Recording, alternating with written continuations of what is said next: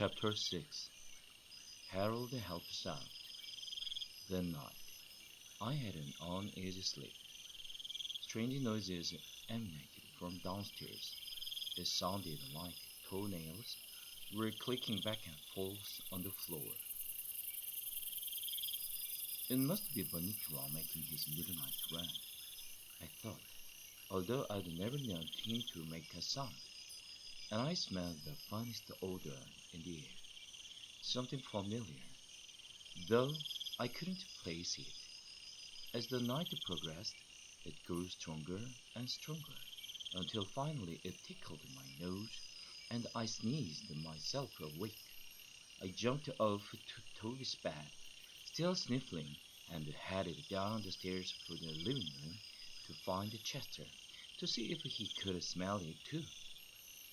The odor grew even stronger as I approached the living room. Standing in the doorway was Chester, a strange pendant hanging from his neck. "Phew, Chester," I said. "What are you wearing that awful thing for? It smells." "Of course it smells," he replied. "Here, I made a room for you to put it on." "Are you kidding? That thing smells like a garlic." "It is garlic," Chester stated matter-of-factly. "Why are you wearing garlic?" I asked, thinking that by this time Chester was capable of anything. As we walked into the living room, I tripped on another piece of garlic lying in the doorway. "Careful," said Chester. "Watch your step." I surveyed the room and saw that it was strewn with garlic on the doorways, over the windows, and around Bunnicula's cage. The poor little fellow had buried his nose as far as possible under his blanket. I was about to follow his example and returned to Toby's bed to bury my nose under the blankets when Chester grabbed my tail with his teeth. "You are not leaving this room until you put this on," he grumbled at me. I think that's what he said. I wasn't sure, because he had my tail in his mouth. "It's not polite to talk with your mouth full. Chester, drop that tail." Meanwhile, my eyes were beginning to water. "Listen," Chester snapped at me, fortunately letting go of my tail first. "The book said to use garlic." "What book?" I asked. "The Joy of Cooking," Chester continued. "The mark of the vampire says garlic renders vampires immobile." "What does that mean?" "It means they can't go anywhere it, if there's garlic around." "Well, I've got news for you, Chester. I can't go anywhere either. The smell is killing me." "But you've got to put it on. It says so in the book. If you don't put it on, I'll put it on for you." "No, Chester," I said as my nose suddenly as involuntarily closed. "I've been leaving this room right now." And I did. I was so sick to my stomach from the aroma that I decided to spend the early morning hours outdoors. As dawn approached, it seemed that it would be a peaceful day. The sky was clear, the birds were singing, and I felt contented after my difficult night just to be lying in the grass, feeling the ladybugs crawl up my ears. Suddenly, the calm was broken. Strange piercing screams came from the area of the kitchen. "Not again," I thought. "What's turned white now?" As it happened, it was Chester. There in the sink, lathered with soap, was the feline detective yelling his head off. Mrs. Murner was scrubbing him vigorously, and from the sound of her voice, was in the middle of a long lecture. "I don't know what's gotten into you, Chester. You never played with a garlic before. I thought you hated the smell of it, and here you've gotten it all over yourself. Stop wiggling. You'll get soap in your eyes. If you want to chew on something, I'll get you some catnip, but stay out of my herbs. Then she rinsed him off, rubbed him with a towel, and plunked him down in front of the stove to finish drying. Shut the door, he hissed at me. I'm freezing. That silly woman. Doesn't she know cats don't get bath? What do you mean? I get bath all the time, I said, closing the door with my back foot.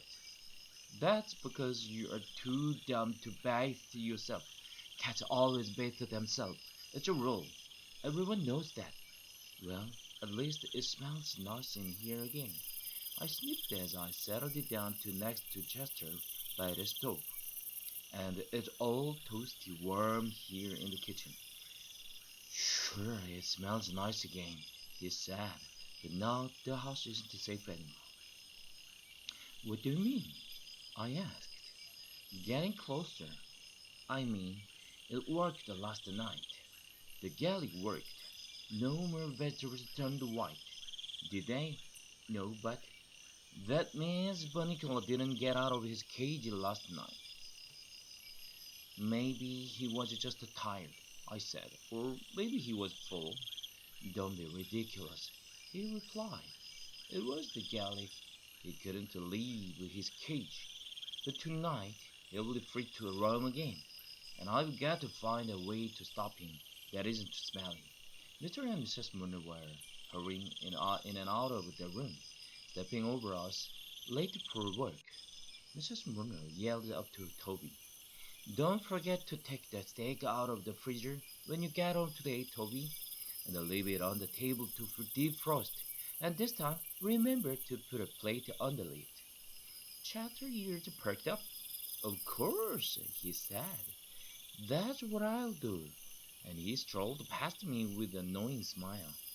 Mrs. Murnau turned off the stove and left the room. It was too much for me to figure out, so I went to sleep on the nice warm kitchen floor. I was awakened by a bite on the ear. Chatter was sitting by me, looking very impatient. "Boy, nothing wakes you up," he said. "I've been yelling and poking at you for 10 minutes."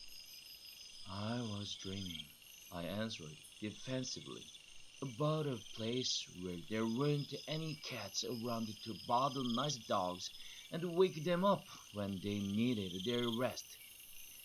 "You can finish sleeping later," he said crisply. "Right now, you have to help me." "Do what?" I asked. "Get Bunnicula out of the cage." I sprang up back. "Get him out of the cage? I thought that was what you didn't want. I thought you... I thought you said he was dangerous. What if he attacks me?" "Aren't you ashamed?" Chatter replied. "Afraid of a harmless little bunny?" "Harmless? I thought you said he was a threat to this house and everyone in it. Isn't that what you said? Isn't that what you've been talking about all this time?" "He is a treat, but only at night. During the day, he's just a very sleepy rabbit. And that's why we have to do it now, while the sun is still up. Follow me," he said. "There isn't much time. Toby stayed down here forever, and the other will be home soon. But you must have been tired, Harold. You slept through lunch." I followed the Chatter into the living room.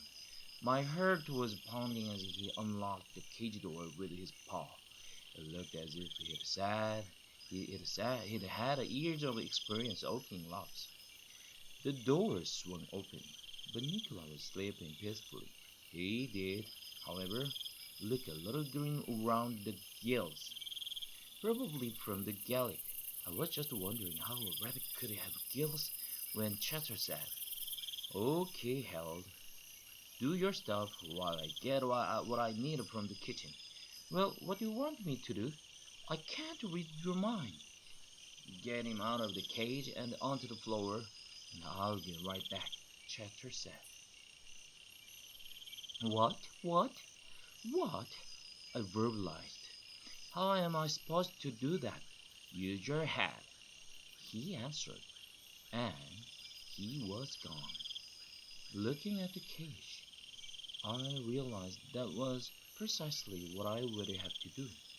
Until this moment, I had never had to face the possibility of actual physical contact with a real, live rabbit. I looked up at my children reluctantly. I seemed to recall my grandfather telling me that one picked a rabbit up by its neck with one's teeth. This I attempted, though the very idea sent my stomach churning. I squeezed my head through the tiny door and gently placed my teeth around the skin of the bunny's neck to avoid any suggestion of violence. I've never been one for the sport of hunting. I preferred to think of myself as the creature's mother, carrying it off to save safety. Unfortunately, I couldn't carry it anywhere. For once my head was in the cage, it wouldn't come out again. I could go neither forward nor backward.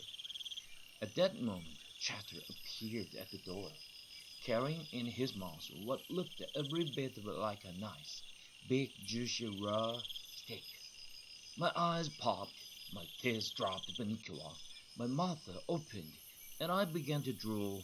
After all, I had missed the lunch. Chatter, what are you doing with that steak? Haven't you gotten him out of there yet? I can't get either of us out of here. My head is stuck. Oh, Harold, sometimes I despair. Here, I will get you both out. I should have done everything myself. He came over, dropped the steak just a few feet away from me, and climbed up on my shoulders. You pull your head out while I push against the cage. Who gets the steak? I asked. Don't worry about the steak, Harold, just pull. I would have more motivation if I knew who is to get the steak. Chester ignored me. I pulled. He pushed. I felt something go pop. We all fell in a jumble. Chester, the cage, Bunnicula and me. When I looked around, Bunnicula was lying next to me, still sound asleep.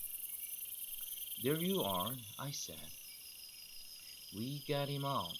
Now, let's eat. No dice, Chester said. Just read this to me so I'll be sure I'm doing it right. And he handed me a book. That book again. Start at the top of the page, Chester said as he picked up the steak. Why don't you read, and I will hold the steak? Chester replied.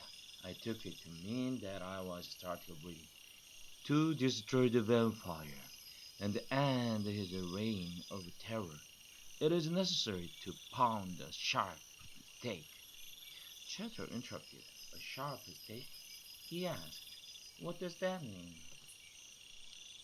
I'll test it and tell you if it's sharp, I offered. Oh, never mind. This will do. It's a sirloin. Keep reading. To pound a sharp steak into the vampire's heart.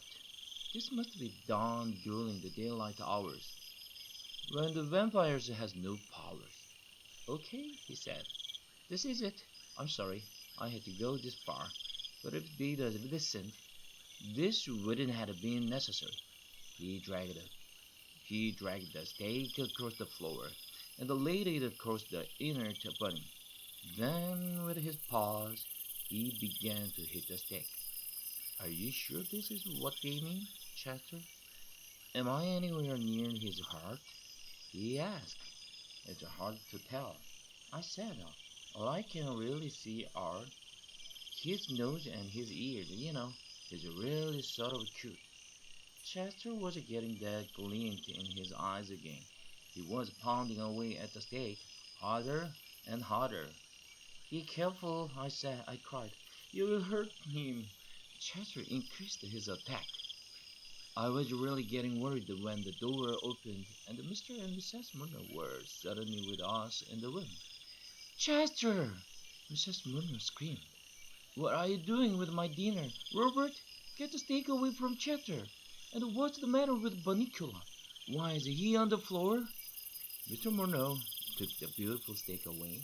I wished it fallen the pairware with the tears in my eyes. As the kitchen door swung open, Chester whispered with cold determination, All right, the last resort, and dashed into the kitchen. Seconds later, he was back, carrying his water dish between his teeth. He ran toward the Bunnicula and with a mad yell threw the dish of water at the rabbit. Unfortunately, he was so hysterical that his aim was not the best.